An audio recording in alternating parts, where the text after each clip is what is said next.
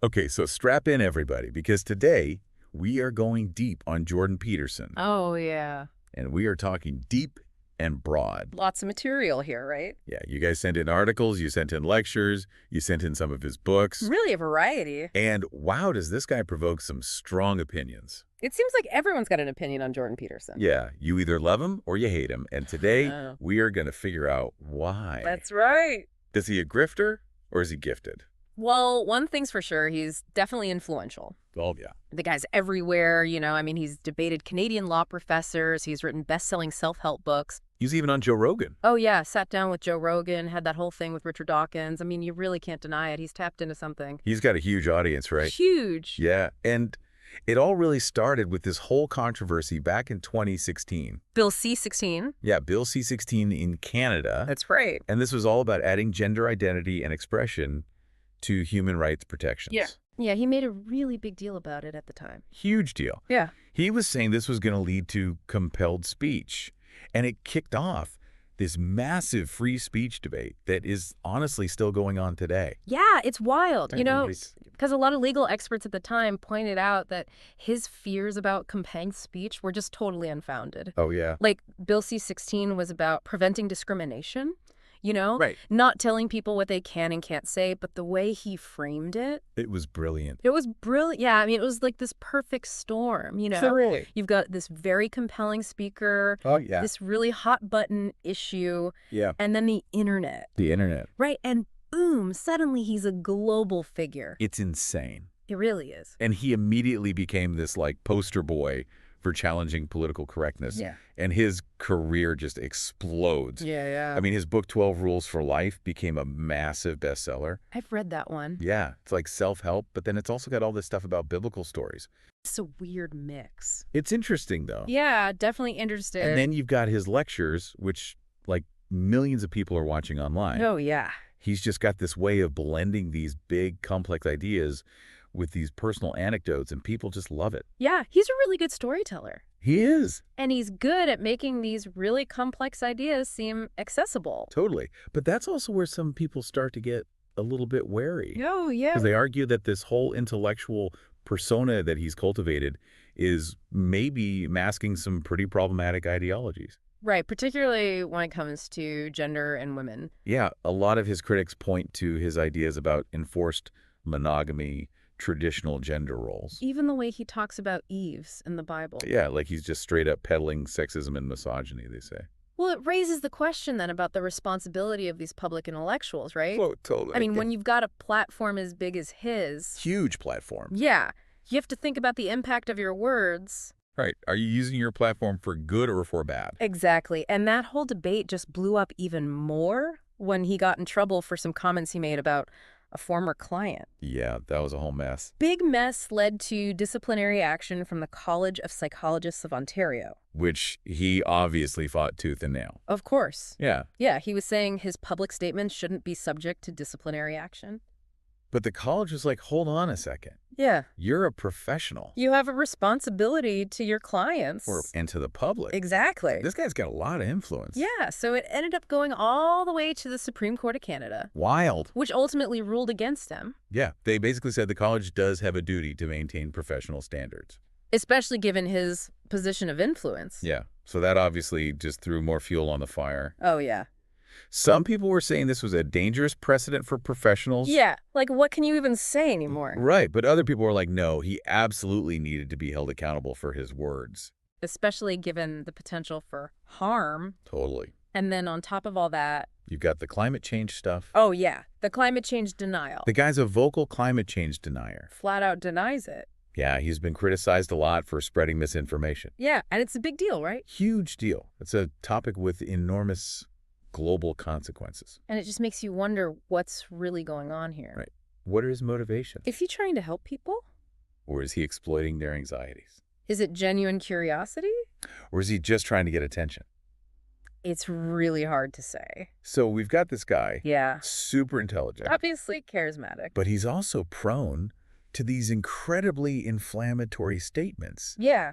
And he promotes these views that a lot of people find really problematic. It's a tough one. Because how do we figure out what's really going on? Yeah. Is he trying to enlighten people or just enrage them? Does he want to uplift people or undermine them? That's what we're going to try to figure out. As we go deeper into all this material, Let's dive in. One of the articles you sent me talks about this idea of like an alt-right pipeline. oh yeah, I've heard of that. Yeah, so it's like this theory that, It's scary. yeah, that certain types of online content can like lead people down a path of radicalization.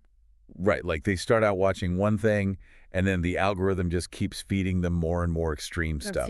So how does that relate to Peterson? Well, the argument is that like someone might start out watching his lectures, right? Okay. Maybe they're drawn in by his psychology stuff or his self-improvement stuff. Right, it's got that whole like clean your room thing. Exactly. Yeah. But then like through online recommendations or by joining certain communities, they get exposed to more extreme content. Like a rabbit hole. Totally a rabbit hole. And whether or not you believe in this whole pipeline idea, it does raise some interesting questions about how these online platforms are shaping people's beliefs. Yeah, it's like they're creating these echo chambers where people just get reinforced in their existing biases. Exactly. And we've seen this with other figures too, like Andrew Tate. Oh yeah, that guy's a whole other can of worms. Totally. But it's that same kind of thing, like where does self-help end and harmful ideology begin? It's a blurry line. Yeah, super blurry. And it makes you wonder about Peterson's motivations, right? Absolutely. Like with that whole Bill C-16 thing. Was he genuinely concerned about free speech? Right? Or was it just a calculated move to gain notoriety? I mean, you can't deny that controversy sells. Oh yeah, look at his book, 12 Rules for Life. That thing was a bestseller. Huge bestseller. And it's marketed as self-help, but then you've got all these like really deep philosophical interpretations of biblical stories. Strange mix. It's definitely unique. But he makes it work. He does. He's got a knack for making these complex ideas feel accessible. Yeah, he avoids all the jargon he uses. Yeah. Simple language, tells personal stories. Yeah, he's a good storyteller. Really good. But some critics say that that accessibility comes at a price. How so? Well, they argue that he oversimplifies complex issues and that he presents his opinions as like these irrefutable facts. Right. And there's also the concern that some of his interpretations, especially when it comes to the Bible, reinforce these harmful gender stereotypes. Oh, yeah. Like that whole enforced monogamy thing. Yeah, exactly. Can you unpack that a bit for me? Sure. So basically, Peterson argues that monogamy is the natural order of things Okay. and that society should like enforce it through social norms and institutions. Enforce monogamy. Yeah, he even suggests that it would reduce violence and social unrest because men who can't find partners are more likely to act out in destructive ways.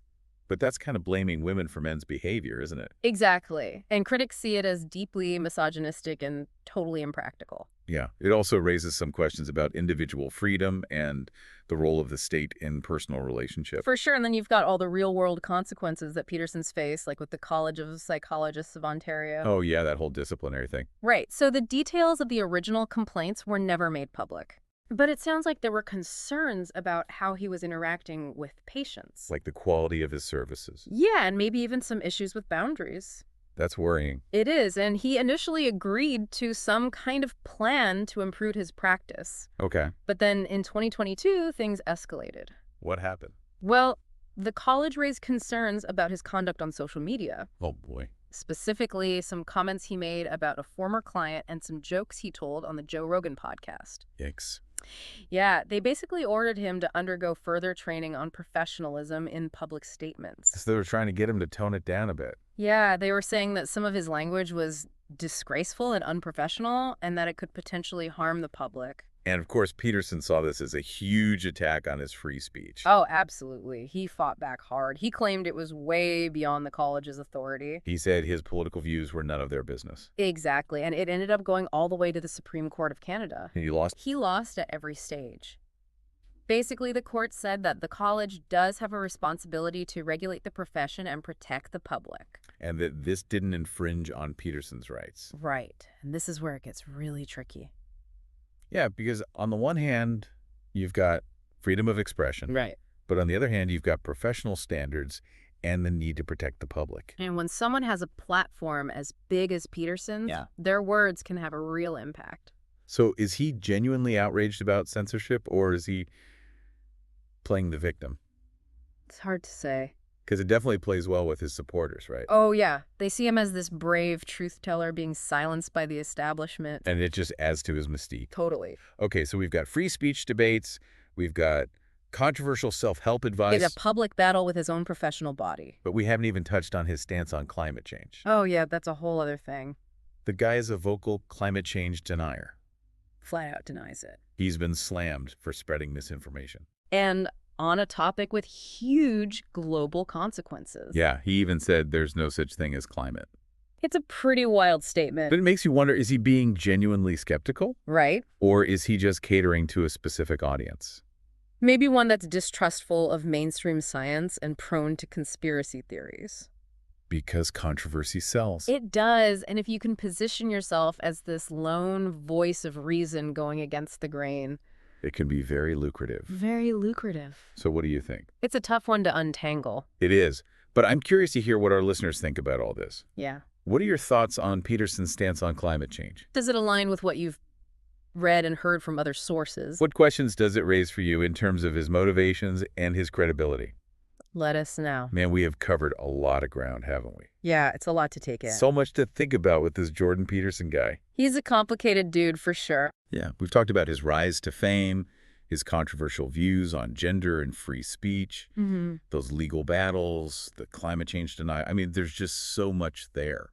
It's kind of amazing how he just keeps popping up in the news. He really does. But it all comes back to that same question. Uh. Is he a grifter? Or is he gifted? Right. Is he the real deal, or is he just in it for himself? Because he really does seem to blur those lines. He does. On the one hand, he presents himself as this public intellectual, Yeah. genuinely interested in exploring big ideas, challenging conventional thinking. He wants to make people think, right? Yeah. But at the same time, he's built this massive business empire. I mean, the books, the lectures, the online following. It's a huge operation. And he's clearly very good at leveraging his platform. Oh, yeah. No doubt about that. And you can't ignore the financial success. Right. I mean, he's making a lot of money. And he definitely doesn't shy away from controversy. Which, as we know, often translates into more attention, more clicks, more book sales. So it's not surprising that some people accuse him of being more motivated by profit than by truth. Yeah, especially when you look at some of the things he says. Oh yeah, like that whole no such thing as climate comment. Or when he talks about women being inherently more chaotic. I mean, those kinds of statements really rile people up. They do, and his critics see it as evidence that he's not really interested in having a good faith discussion. He just wants to provoke. Push people's buttons, get a reaction. But then you've got his diehard fans. Oh yeah, they'll defend him to the death. They really will. They see him as this brilliant, misunderstood genius. A victim of the woke mob. Yeah, and they say that his ideas are actually quite profound if you just take the time to really understand them.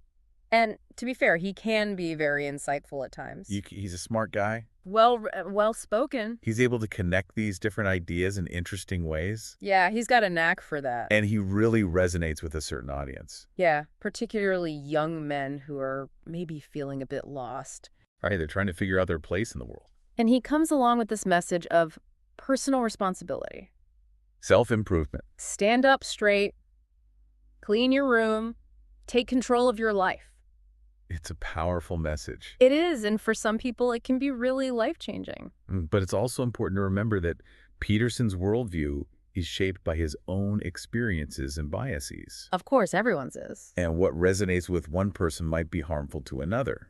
Absolutely. So where do you land on all this? Yeah, after everything we've discussed, do you think Jordan Peterson is genuinely trying to help people? Or is he more focused on self-promotion and making money? Is he a visionary or a manipulator? Tough question. It is. And honestly, I think it's a question that each listener needs to answer for themselves. That's fair. There's no easy answer here. No, there isn't. But what we can say for sure is that Jordan Peterson is a complex and controversial figure. Yeah, and he's not going away anytime soon. Definitely not. And I think that's what makes him so fascinating. Yeah. Right? He forces us to confront these really difficult questions. Like in a world where charisma and controversy collide, how do we separate the truth from the noise? How do we know who to trust? Is someone trying to help us or exploit us? Yeah, are they changing the world or just lining their pockets? It's something we all need to be thinking about. Especially in this age of influencers and online gurus. We need to be critical thinkers. Question everything. Consider different perspectives. Don't just take things at face value. That's great advice. Yeah, I think it's something we could all benefit from. Well said. Well, this has been a fascinating deep dive. Yeah, I really enjoyed it. Thanks for joining us, everybody. And keep those brains working. Keep thinking critically. And we'll see you next time for another deep dive.